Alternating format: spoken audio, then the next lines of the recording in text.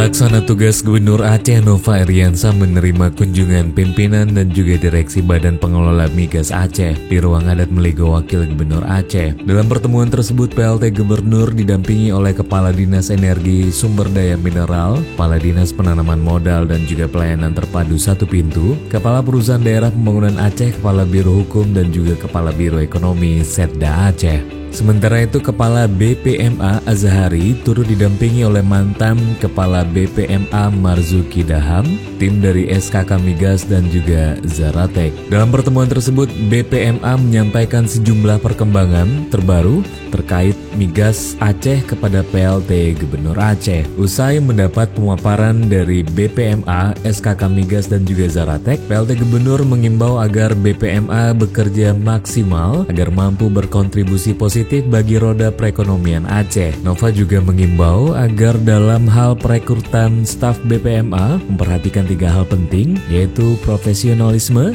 kapabilitas, dan juga integritas.